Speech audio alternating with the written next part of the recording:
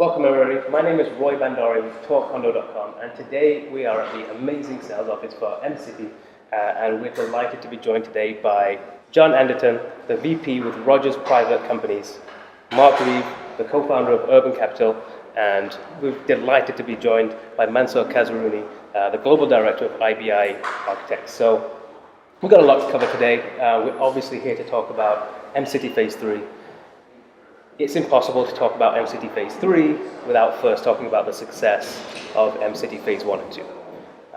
We were sat here 16, 17 months ago. I was wearing the exact same tie, talking to you guys, and we were just looking forward to what would turn out to be, I think, probably the most successful launch of the year. The demand was insane. The community really gravitated towards what Rogers and Urban Capital put together there, and I'd just love to get your take and pick your brain on what was the magic formula there that people really gravitated towards. Well, I think first of all the location is spectacular. It's center ice. It's the last big piece of undeveloped land in the downtown of Mississauga. So I think people realized that there was huge value in the location, and then we brought to it some amazing iconic architecture, so that we were able to actually play off of what was done 10 years ago with the absolute towers, affectionately known as the Maryland buildings. And so we were able to establish our community by bookending the downtown with our initial two buildings, M1 and M2. And so that project, as you rightly noted, had remarkable success. We've never actually seen anything like it, and I don't think our... And I say this as well, we've sold condos for the last decade all across the city, and even for our team and our colleagues, the level of interest that was unprecedented. It was huge, it was incredible, and everybody involved, I think, deserves a big congratulations on that, and I really want to highlight that. Including you, for all the support that we got from your and we firm appreciate as well. it. So obviously M1 and 2 were a part of the puzzle, and you touched on the location, because a really important piece of the puzzle here is the location, and I do want to spend a little bit of time talking about this location. Today we heard Mayor Bonnie Crombie talk about the future of Mississauga and the passion that she showed about what was coming. This is really about city building, and this is our opportunity to do this right. We've got one shot, we've got a really important piece of land here in Mississauga, and so I'd love to get your take on the city building. Look, we're going to talk about the 80 stories, of course. A big important piece for me is where it meets the ground. That's what we're going to be walking around. That's what we're going to see and feel. And I'd love to get your take on that level of it. Well, that is a really important component of any project, and more so in a master plan community where the ambition of the project is to create community. Yes. And so how these projects interact with the public realm and facilitate that creation of community is very important. I think this project does that in an amazing manner. First of all, its location within the master plan. Yeah. It is truly centralized, even at the center of the M City master plan. As you can see on that model, there's a 2-acre park immediately to the south of the podium there. Which immediately becomes an amenity and a gathering place for the entire community.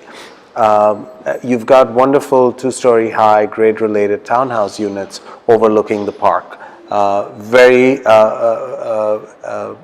wonderful for young families who want to live there, private little patios, immediate access to a park right across the street.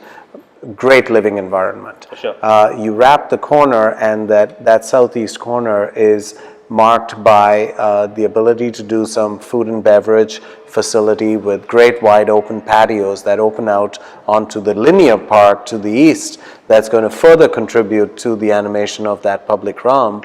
And then you've got the spectacular lobby, which becomes the eyes on the street at all hours of the day and night. It contributes to the safety of the environment, and then furthermore retail on Burnhamthorpe, wrapping the corner again onto the street to the west. So really a very engaging and animated public realm that addresses the context in which it sits and elevates the quality of this part of Mississauga. I think there's a couple of things that you said that I wanted to very quickly unpack, and I think you talked about the park, and I personally believe the park is such an integral piece of the puzzle of this whole thing. Like, that could have easily been another tower, giving back to the city, giving back to the community, and you can just sort of envision it now. All around the park are going to be these amazing coffee shops and restaurants, and you already sort of alluded to that, and that really brings the entire community together. So, and I think that's really important, especially when you're doing a master plan.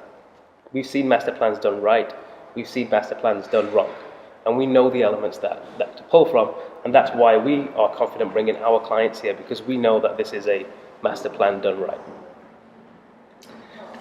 Did you have anything to add, Mark? Yeah, I was going to say that, we spend, like, there are some examples of buildings in the city where they didn't get it right, where the building, when it comes to grade, does not perform well, it's not pedestrian friendly.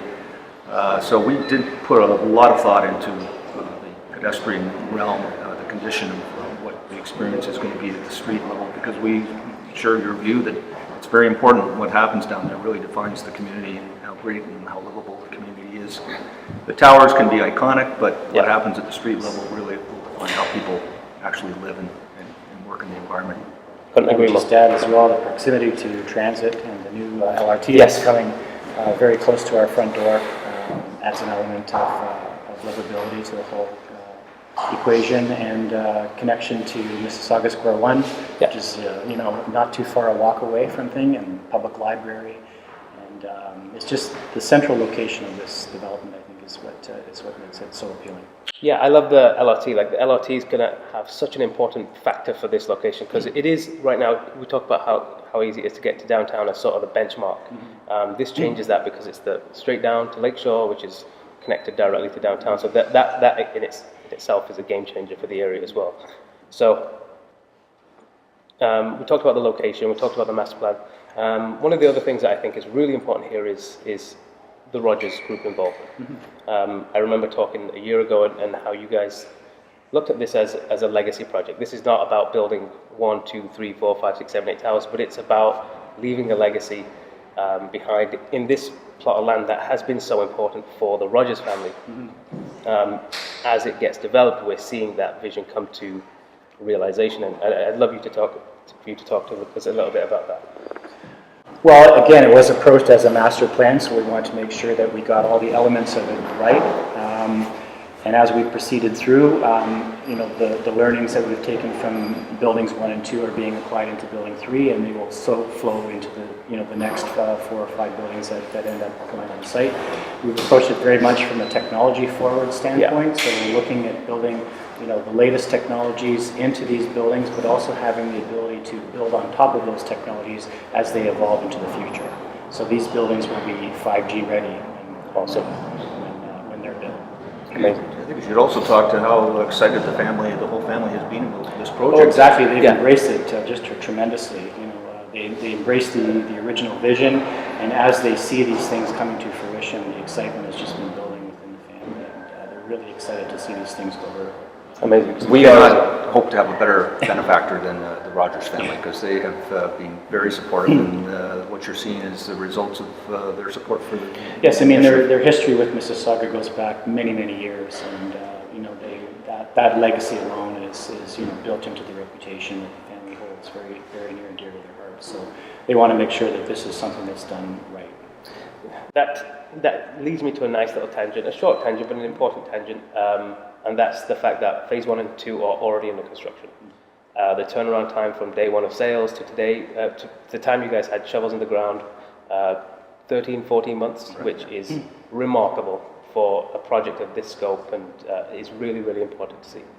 I think Edward needs to watch this part of the video. He seemed to think it was taking too long. But, there is quite a process involved in getting all the production documents together, the construction documents, working drawings, specifications. That's where the architects have to, and the whole team has to spend a lot of time getting everything organized so we can start to build. Awesome. We'd like to do it faster if we could. certainly not any slower. Yeah. For sure, that's awesome. No, we're really excited about that, and it's an important message to share. I want to transition to what I think most people will talk about when they see the rendering for M City Phase 3, and we were in the press conference today, and as soon as you click the slide, there was a gasp in the room. It was like, wow. It was the initial reaction was that of excitement. Obviously, the size is going to take center stage here. It's an 81-story tower, bringing it on par to the tallest buildings we have in downtown Toronto. I think my first question is on the height is, what about this neighborhood and where we're at in Mississauga? Because I think building 80 stories in Mississauga, it sends a message. The team here obviously believes that Mississauga is ready for this, and I'd love to hear your take on why 80 stories today in Mississauga before we get into some of the real design elements, and that one's open to anybody that wants to jump in. Well, Mississauga is the 6th largest municipality in Canada, and it's growing every day. So this is a tremendous lift for the city. It is 100%. It is. Puts it really onto the map. For sure. I think Mississauga recognized a while ago the role that architecture can play in city building and civic growth. It was evidenced by the first Marilyn Monroe buildings. I believe M1 and M2 are going to do the same thing. They really put Mississauga on the map. Sure. And I think this building is actually going to take that to another level. I think Mississauga is at that stage in its growth and evolution that a tall building such as this one is warranted here. This site is one where, in terms of its location on this master plan, this is the most appropriate location for a very tall building. It fronts directly onto the park. It kind of holds its own as the centerpiece of this development. And I think there are a number of these reasons which collectively lead you to believe that that is actually a natural choice. I have to say that we broke the mold a little bit on the design competition, where we took it higher than was originally anticipated, and good for Mark and John to embrace that and believe in it, and obviously tested the idea, but then to see it through. I want to get back to talk about the design thing, because I never get to talk to the architects, and I'm really excited, so I'm going to take advantage of it. But one of the things that you said was the design competition. Yes. And that is, for me, again, it's important because it's not the usual way of coming to a design. Why, again, my question is why? Why did you go that route as opposed? Well, I think first of all, the scale of what we're doing is massive here. And I think the answer to that question is, why wouldn't you? Yeah. Why wouldn't you go out and ask 5 of the top firms in Canada to give you ideas for what you can do with the property? So we felt that it was a very small investment, and it was in the scheme of things, to make sure we got the absolute best design. And that's what we achieved. So the design competition, when you get into this scale of development, I think is almost a must. Awesome. I like to see that. If I can just add to that, I want to say that, we're not huge fans of design competitions. We, as architects, and partly because we've got a very loyal stream of repeat clients based on the excellent kind of creativity and service that we bring to the table. But when Mark contacted us about doing this design competition, it was a no-brainer. It took no time to agree to do it, because we recognized the incredible opportunity that this presents in terms of really demonstrating the talent and capabilities of our team. So on this one, we were all in on doing a competition. So that couldn't be a better transition for talking to us about the building. Talk to us a little bit about what's going on here. There's some very unique things going on in this building. So I'd love you to talk us through some of the key points. Well, as you heard earlier, when we started and we kind of looked at the skyline of Mississauga, obviously there's two sort of defining projects. One is the Marilyn Monroe Towers, which had this unique kind of curvilinear twist to them. And then there's M1 and M2, which have a lot of movement in the form. And we had to think of how is M3 going to stand on its own? How will it hold itself architecturally and frankly raise the bar on architectural excellence?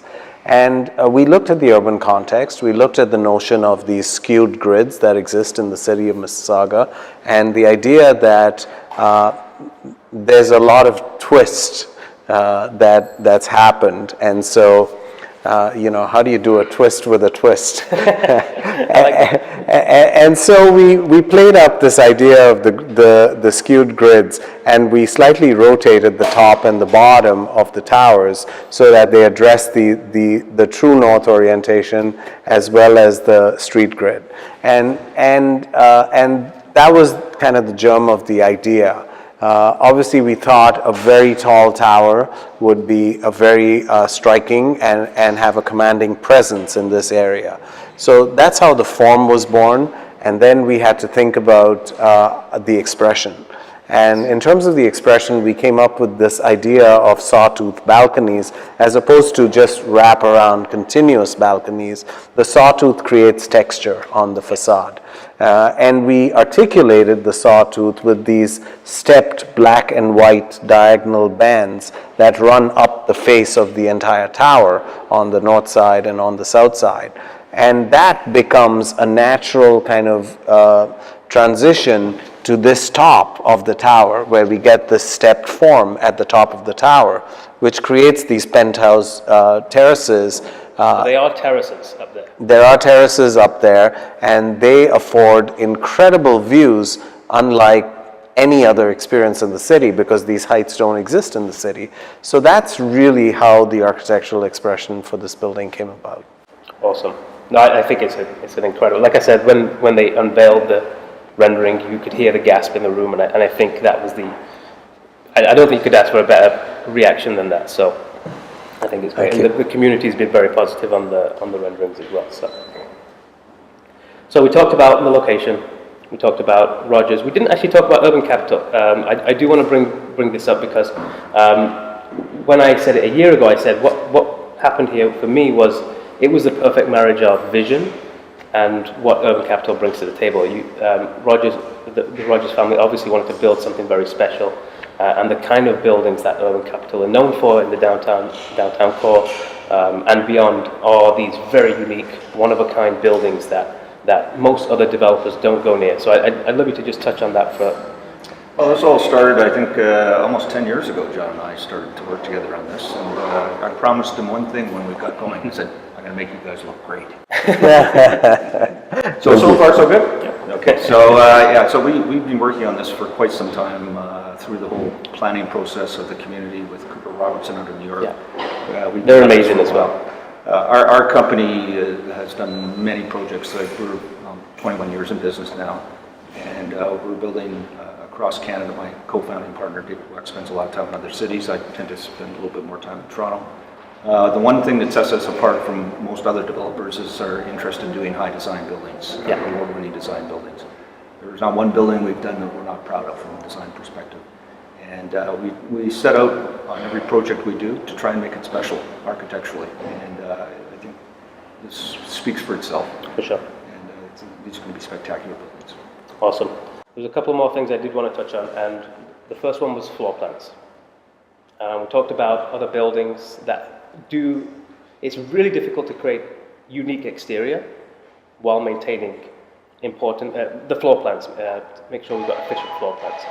And I'd like you to touch on that briefly. I think M City knocked it out of the park last year by creating these amazing, unique building designs, but not sacrificing on the floor plans. I'd love to hear your take on that again with M3 coming up. Well, we strongly subscribe to the idea that form for the sake of form is never great, because architectural excellence is not derived just by creating spectacular looking buildings, but really they need to fully address the function that those spectacular forms embody. And for us, designing very efficient and functional, and most importantly, livable units is of primary importance. So obviously, functionality is key, but the ability to furnish them well, to actually be able to live in them, to be able to have adequate storage, to not have kind of wasted nooks and crannies, little things that make a big difference. Well, we see it on the front line every day. Everything you've just mentioned, we see it, we talk to clients, and these are the things that they bring up. Very important, and those are the kind of things we concern ourselves with as we're laying out these units. I could add that when we set about evaluating 5 different designs from great architects, how do you determine which one you're going to pick? So there were really 3 principal things. Is it a beautiful, iconic building? First and foremost, we want it to be that. But the floor plans have to be terrific. There's no point in having a building where nobody wants to buy the unit because you can't get a proper floor plan going. So, and then the last thing is constructability. Can we deliver the project as envisioned by the architect at a price point that the market's going to want? So is it still affordable? So those are the 3 principal things. And simple, right? You think so, but it's not as simple as you might think. Simple but hard to get right. It's hard to get right, absolutely, yeah. Awesome. Is there anything I missed that we think that we should have talked about that we didn't? I just wanted to add one thing about when we talk about what's going on here in Mississauga. It's Mississauga's turn. Downtown is largely built out. They've rolled up the welcome wagon in downtown Toronto. They're down zoning in many places. They don't seem to want much more development down there, is the sense I've gotten. Mississauga is growing and is embracing growth, and it's a positive environment for us to do business in. So I think it's fantastic to see what's going on out here. Awesome. And if our clients are interested in purchasing at M City 3, what do they got to do? Well, we're going to be, this sales office where we are right now is just being remodeled to accommodate the M3 launch, which will be occurring in approximately 3 weeks' time, around the 18th of the month of October. Awesome. So they should get in touch with you. Get in touch with you. We're really excited. I want to thank you all for your time, and we really look forward to bringing our clients to M City Phase 3. Excellent. Thank you. Thank you very much.